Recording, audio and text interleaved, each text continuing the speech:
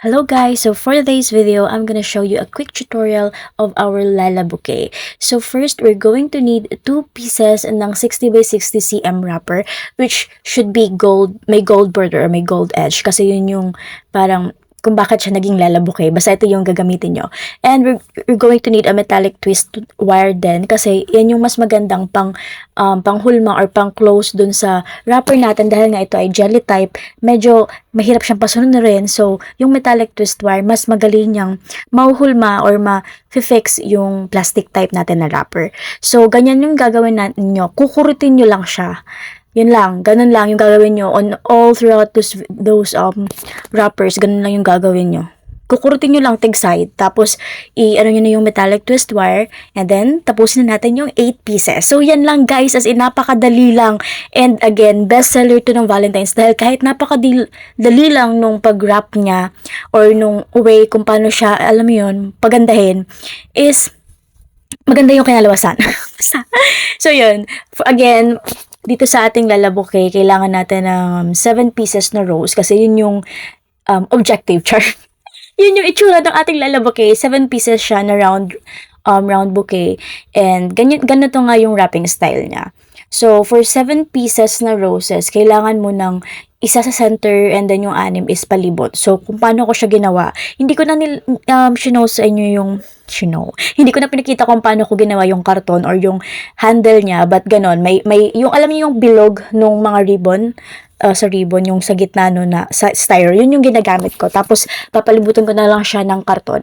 Kasi ito guys, naputol yung video, pero yung ginawa ko po dyan, di ko kasi napansin na lobat yung camera ko, is yung 8, muna, harap-harap, gilid-gilid, and then sideways. Basta ganyan, wait, tingnan nyo yung picture, diba? Tingnan nyo yung image nung bouquet natin. Magkaanan siya, magkaharap-harap yung mga wrapping. Basta, may mga wrapper, ganoon. Basta, ganun siya. Una muna, kunwari sa ibang side, tapos yung pangalawa sa kabila, tapos sa side. Basta, 4 muna siya, tapos yung pang-4 naman is yung second layer na dun sa side. Basta, guys, ayun. Talaga, gusto ko ipakita sa inyo. Nakita nyo naman kung paano, yung importante doon is yung kung paano siya kinurot-kurot yung wrapper, guys. So, yan.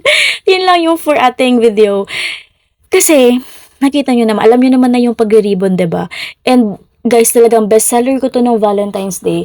Kaya, may mga nag-chat sa akin sa Facebook na mga kilala ko din na mga crafter kung paano daw ba yung wrapping style. Kasi, alam nyo yun, maliit lang siya, hindi naman siya kasi kaliitan masyado.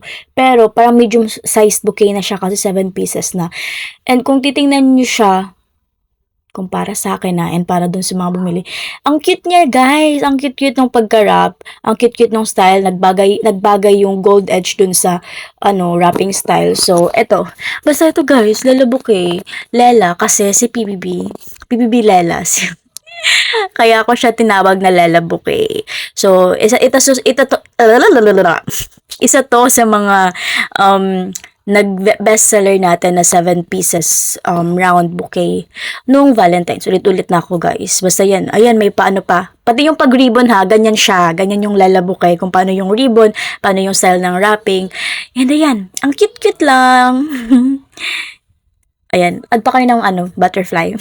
Basta, panoorin nyo kung paano ko siya ginawa. Yan yung Lala bouquet ko. Cute. Tapos, may pa pala ako ginawa pa ako na in pink naman. Kasi nag-request yung customer na gusto niya din pink kasi yung isa, yung isa para sa girlfriend niya, yung isa para sa sister niya. So, yan. Yung purple para sa girlfriend and yung pink para sa sister. So, tingnan nyo yung, yan. Ayan guys, ang